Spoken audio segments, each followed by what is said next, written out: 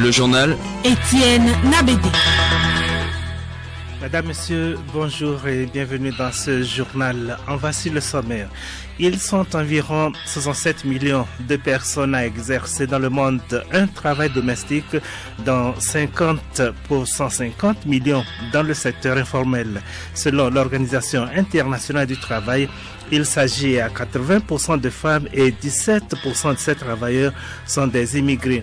Ces employés de maison contribuent ainsi à la croissance économique et augmentent le nombre des ménages rapportant de salaires. Demain, 4 janvier, sera célébrée la Journée mondiale du braille. Elle est une occasion de sensibiliser sur les difficultés que rencontrent les aveugles. La journée rappelle également à donner aux aveugles accès aux mêmes opportunités de lecture et d'apprentissage que les personnes voyantes.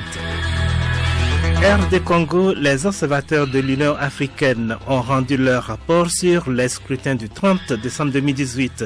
Plusieurs des conclusions de cette mission rejoignent celles de leurs collègues des missions d'observation de la société civile congolaise. Ces points communs s'appellent irrégularité et dysfonctionnement dans les 317 bureaux de vote visités. Et puis sport football, le tournoi de la non-violence organisé par le ministère en charge de la sécurité, le club de Baie Kondjidi remporte la 8e édition.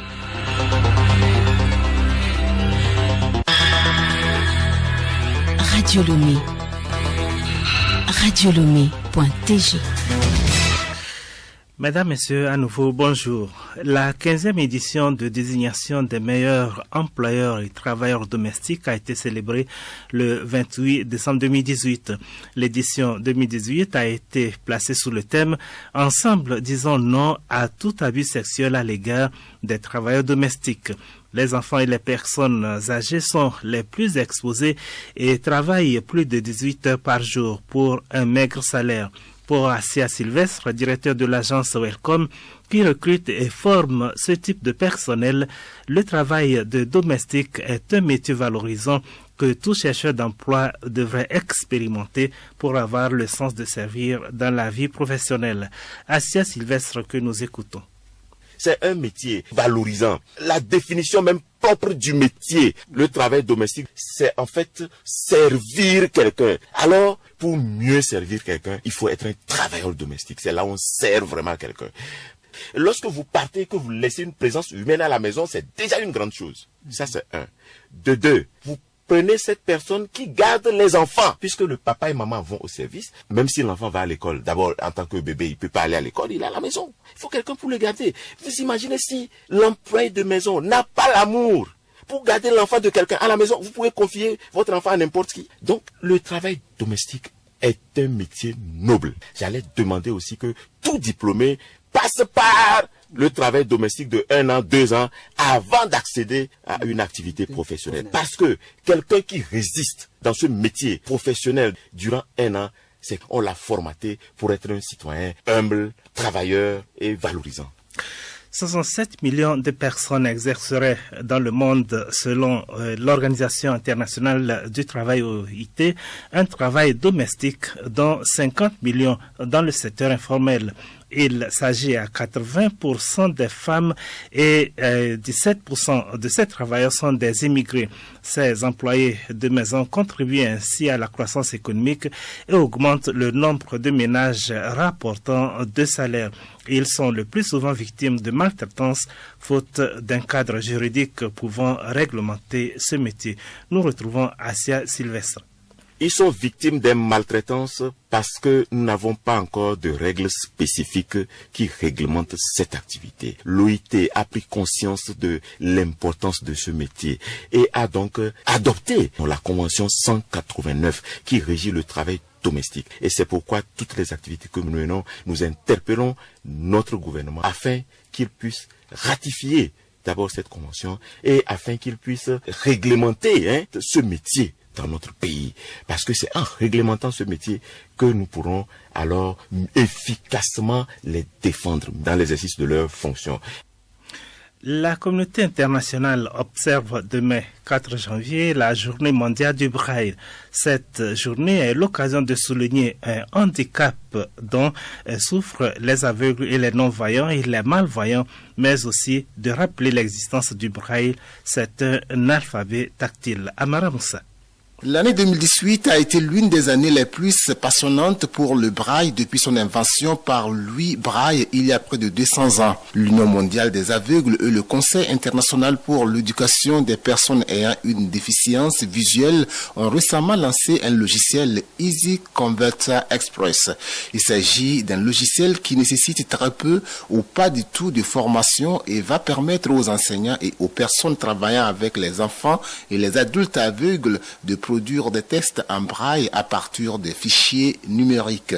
En cette nouvelle journée mondiale du braille, ce 4 janvier, l'Union mondiale des aveugles appelle à donner au braille un nouveau souffle de vie maintenant que bon nombre de difficultés techniques et financières qui l'ont rendu cher et difficile à obtenir ont été surmontées. La journée mondiale du braille est l'occasion de sensibiliser concernant les difficultés que rencontrent les aveugles et l'importance de continuer à produire des œuvres en braille de façon à donner aux aveugles l'accès aux mêmes opportunités de lecture et d'apprentissage que les personnes voyantes. Le journal Étienne Nabédé.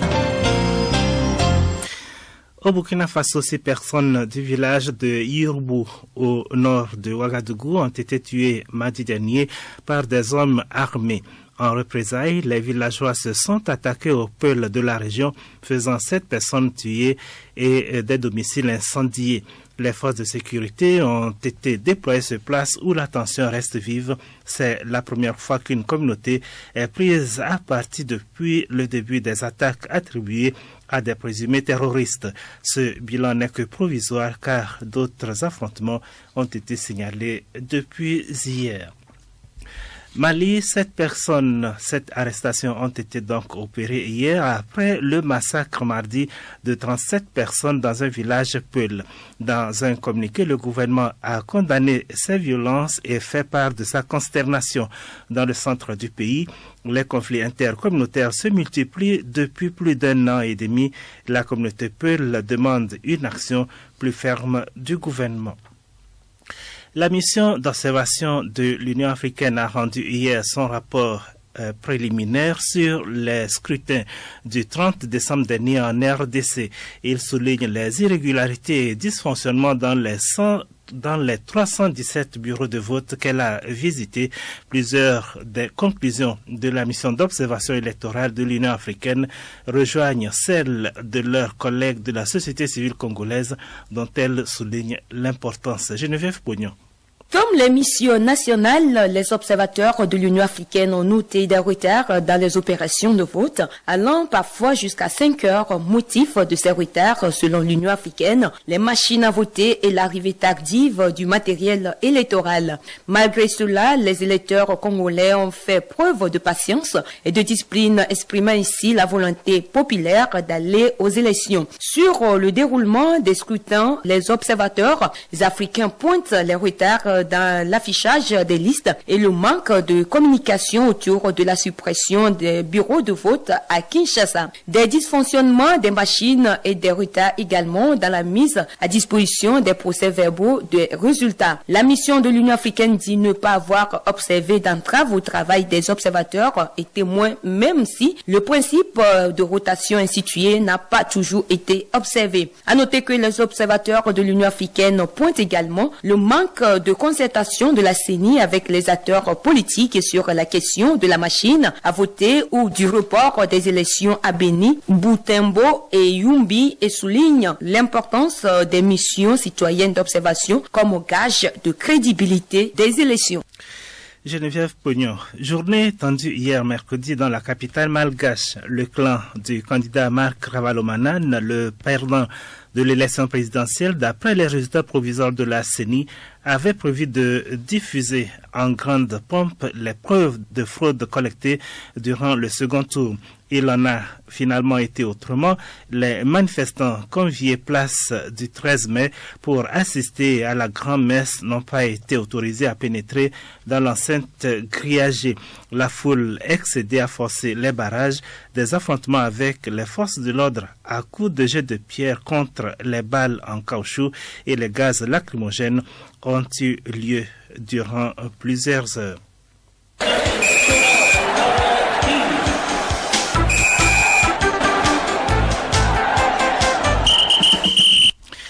Du sport football, le club de Baie-Kondjidi a remporté la 8e édition du tournoi de la non-violence organisé par le ministère en charge de la sécurité.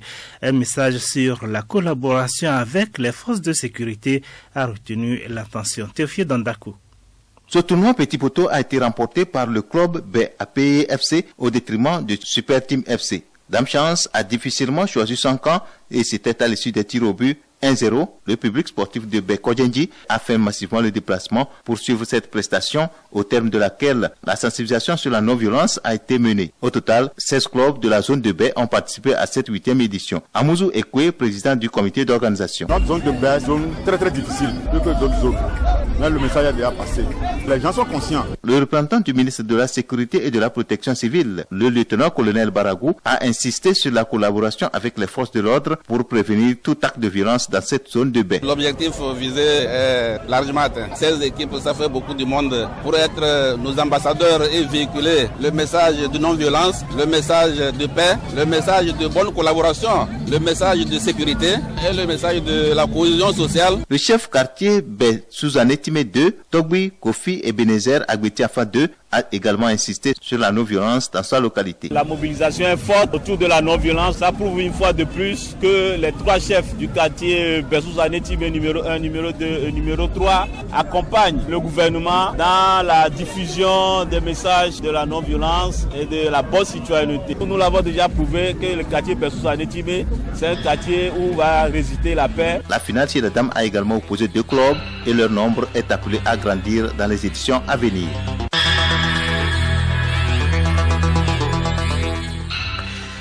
Mesdames et messieurs, nous disons merci à Théophile Dandakou pour cette page des sports qui m'a également fait à ce journal. Je vous en rappelle les titres. Ils sont environ 67 millions de personnes à exercer dans le monde du travail domestique, dont 50 millions dans le secteur informel. Selon l'Organisation internationale du travail, il s'agit à 80% de femmes et 17% de ces travailleurs sont des immigrés. Demain, 4 janvier, sera célébrée la journée mondiale du braille. Elle est une occasion de sensibiliser sur les difficultés que rencontrent les aveugles. La journée appelle également à donner aux aveugles accès aux mêmes opportunités de lecture et d'apprentissage que les personnes voyantes. RD Congo, les observateurs de l'Union africaine ont rendu leur rapport sur les scrutins du 30 décembre 2018. Plusieurs conclusions de cette mission rejoignent celles de leurs collègues des missions d'observation de la société civile congolaise. Ces points communs s'appellent irrégularité et dysfonctionnement dans les 317 bureaux de vote visités. Et puis sport, tournoi de la non-violence organisé par le ministère en charge de la sécurité. Le club de Baie-Kondjidi remporte la 8e édition.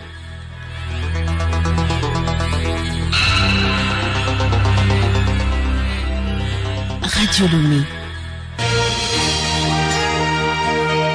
Radio Lomé, boîte postale 434, email radiolomé@radiolomé.tg. radiolomé.tg